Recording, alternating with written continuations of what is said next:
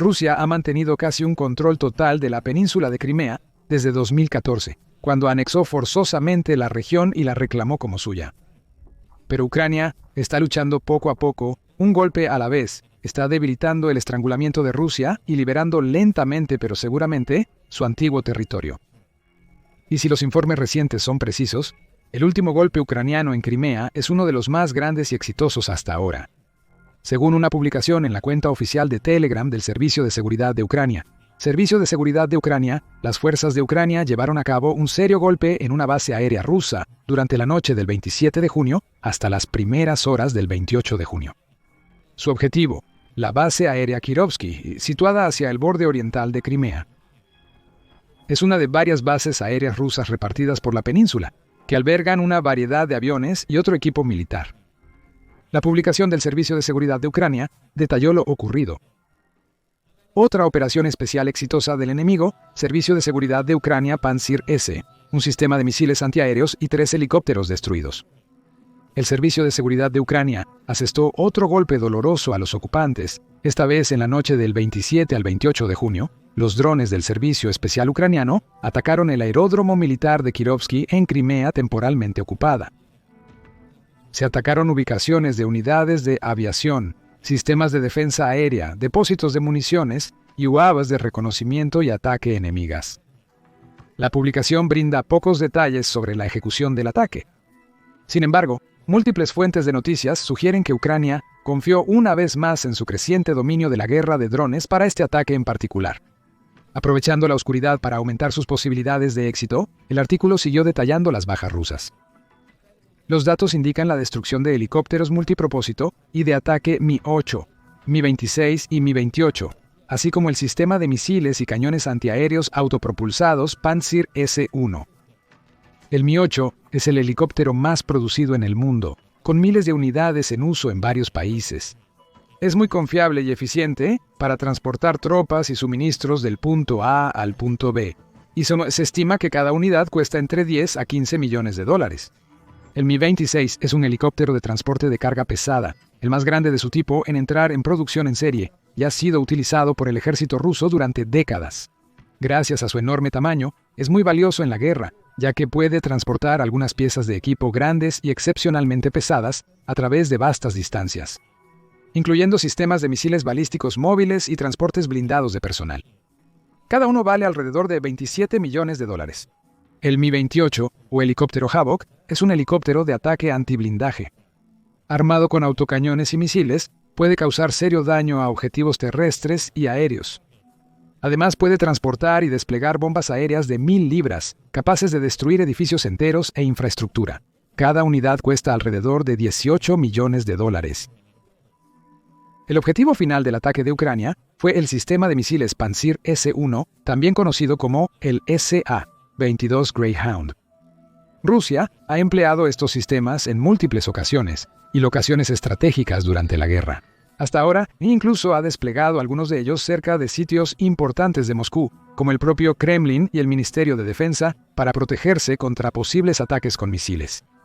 Putin incluso tiene uno cerca de su casa en Sochi, lo que muestra cuánto depende Rusia de este particular equipo, y cada unidad cuesta alrededor de 14 millones de dólares.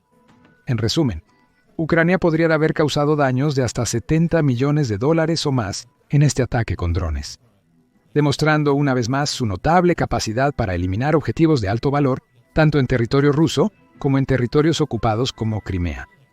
Además, el ataque aún no había terminado, continúa señalando la publicación del Servicio de Seguridad de Ucrania. Durante la noche, hubo una detonación secundaria en el aeródromo enemigo. No hay más detalles sobre el nivel de daño que se hizo en esa detonación secundaria. No obstante, este fue un ataque sumamente exitoso, perfectamente planeado y ejecutado despiadadamente, para agregar a la lista de éxitos ucranianos en 2025 hasta ahora.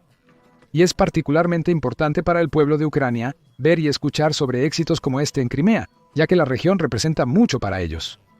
Mientras que muchas personas alrededor del mundo tienden a ver el 2022 como el punto de inicio de la guerra Rusia-Ucrania, realmente comenzó casi una década antes, en 2014.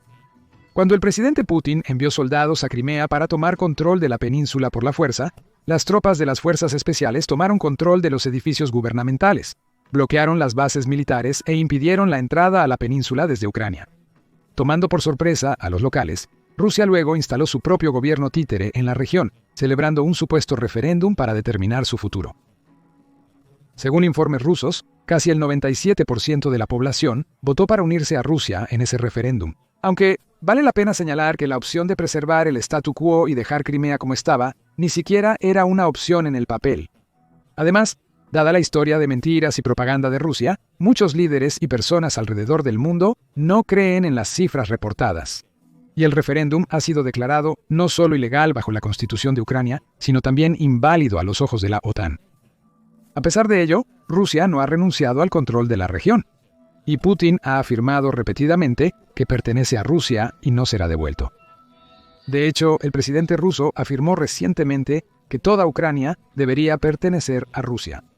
Presumiendo he dicho antes, los rusos y ucranianos son un solo pueblo. Así, toda Ucrania es nuestra. Según una antigua regla, cualquier lugar que pise un soldado ruso es nuestro. Para empeorar las cosas para Ucrania, el ejército de Rusia ha utilizado Crimea como una base estratégica importante y valiosa durante su invasión a gran escala de Ucrania. Ha trasladado tropas y vehículos a la península, canalizándolos a través del enorme puente de Kerch que conecta Crimea con el continente ruso, y empujándolos hacia el norte para tomar vastas extensiones de territorio en las regiones ucranianas de Kherson y Zaporizhia. Así que no solo el pueblo de Ucrania ha tenido que sufrir la pérdida de Crimea, sino que también ha tenido que ver cómo Rusia utiliza el territorio en su contra. Y esa es una de las grandes razones por las que las Fuerzas Armadas de Ucrania han visto a Crimea como un objetivo clave desde que comenzó la invasión. Incluso mientras luchan en otros frentes en áreas como Donetsk y Luhansk, los ucranianos siempre han tenido en mente a Crimea y de vez en cuando han logrado encontrar suficiente tiempo y recursos para lanzar ataques estratégicos en la península, centrándose en hitos logísticos importantes y piezas de infraestructura como el puente de Kerch, por ejemplo. Con un total de 12 millas y 19 kilómetros, este es el puente más largo jamás construido por Rusia y costó alrededor de 3.700 millones para construirlo. Es un notable logro de ingeniería y uno de los mayores orgullos del presidente Putin. Dado que permite un transporte relativamente rápido y conveniente de personas, carga y más desde y hacia Crimea, también ha demostrado ser increíblemente vital para Rusia durante la guerra. Sin embargo, desde el lado ucraniano, el puente es visto como un símbolo feo de la agresión y opresión de Rusia, con un ex mayor general ucraniano de las Fuerzas Armadas de Ucrania, Dmitry Marchenko, calificándolo como un objetivo viable y primario desde junio. En 2022, el puente del estrecho de Kerch es el principal objetivo de las Fuerzas Armadas de Ucrania. Esto no es un secreto, ni para su ejército, ni para nuestro ejército, ni para sus civiles, ni para nuestros civiles. Desde entonces, Ucrania ha lanzado al menos 3 ataques exitosos en el puente. Uno en 2022, otro en 2023, y un tercer ataque bastante reciente, en junio, tercero de 2025. Los ataques de 2022 y 2023 involucraron explosiones que causaron el colapso de partes de la estructura, dejándola fuera de servicio durante meses. El golpe de 2025, mientras tanto, involucró el uso de explosivos submarinos y quizás incluso drones submarinos para atacar los soportes del puente, sumergiendo una vez más el puente en un estado de emergencia. La ciudad portuaria del Mar Negro de Sebastopol, que también resulta ser la ciudad más grande de Crimea, también ha sido un objetivo recurrente para las Fuerzas Armadas ucranianas. Se informó de drones en los cielos de la ciudad ya en julio de 2022. Y a finales de octubre de ese año, Ucrania golpeó con éxito la base naval de Sebastopol utilizando una mezcla de drones aéreos y vehículos de superficie no tripulados. Columnas de humo negro se elevaron sobre la ciudad y se escucharon explosiones, mientras el buque insignia de la flota del Mar Negro de Rusia, el almirante Makarov, sufrió graves daños.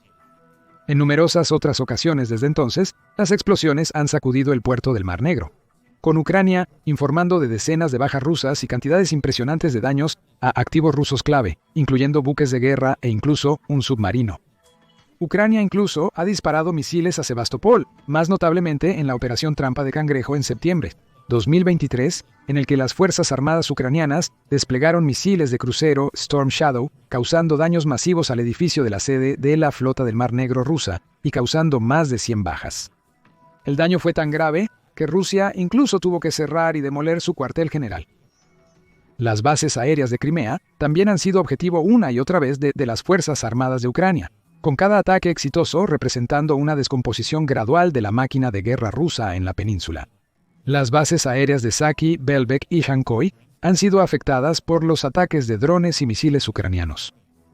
Saki fue sacudida en agosto de 2022, con 7 aviones volados y 3 más dañados.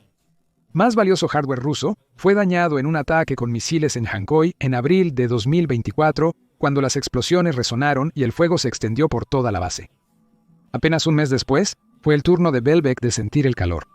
Con los misiles de Ucrania supuestamente destruyendo 2 casas, Mikoyan Gurevich, 31 cada uno con un valor superior a los $30 millones.